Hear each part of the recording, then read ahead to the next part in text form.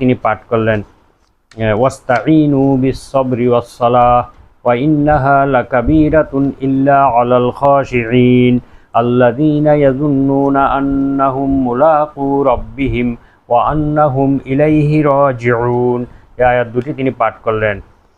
তো এই আয়াতের ভাবার্থ হলো যে ধৈর্য এবং সালাত এই দুটি প্রত্যেকের সাধ্যের মধ্যে থাকে না।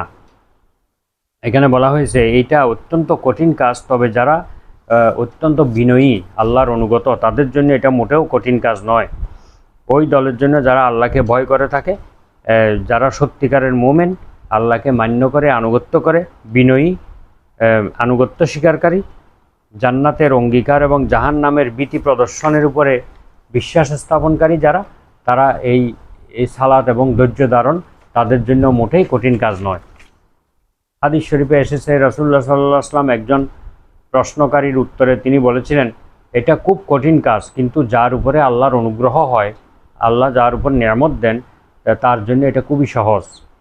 ইবনে জারির রহিমাহুল্লাহ তিনি বলেন, আয়াতটির অর্থ করতে গিয়ে তিনি বলেন, এটাও বনি ইসরায়েলদেরকে বা ইহুদিদেরকে লক্ষ্য করে বলা হয়েছে, কিন্তু যদিও তাদেরকে উদ্দেশ্য করে বলা হয়েছে, কিন্তু কোরআন যেহেতু চিরন্তন, সর্বকালের সর্বস্থানের জন্য প্রযোজ্য, সুতরাং এটা সবার জন্যই এই আদেশ সাধারণ। অর্থাৎ মোমেন, মুসলিম, বনি ইসরায়েল সবাইকে এই নির্দেশ দিয়েছেন, তোমরা সালাত এবং ধৈর্যের মাধ্যমে আল্লাহর সাহায্য প্রার্থনা করো। এরপরে বলা হয়েছে খাশিঈন কারা, যারা বিনয়ী কারা। এর পরের আয়াতে অর্থাৎ 46 নম্বর আয়াতে আল্লাহ বলছেন, আল্লাযীনা ইয়াযুন্নুনা আন্নাহুম মুলাকু রাব্বিহিম, যারা দৃঢ়ভাবে বিশ্বাস করে যে তারা আল্লাহর সাথে সাক্ষাৎ করবে আর তারা নিশ্চয়ই আল্লাহর দিকেই ফিরে যাবে। এখানে খাশিঈন কারা তার ব্যাখ্যা দেওয়া হয়েছে।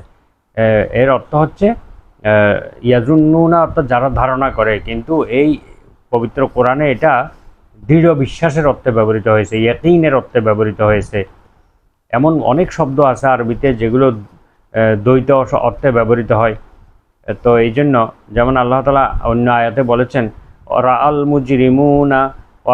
মুজরিমুনা নার ফাযান্নু আন্নাহুম মুআকিউহা, আর পাপীরা জাহান্নামকে দেখতে পাবে আর তারা ধারণা করবে যে তারা এর মধ্যে পতিত হবে। এখানে ধারণা করার অর্থ হলো বিশ্বাস করবে, তারা নিশ্চিত হবে যে তারা এখানে নিশ্চিতভাবে তারা এখানে পড়বে, পতিত হবে।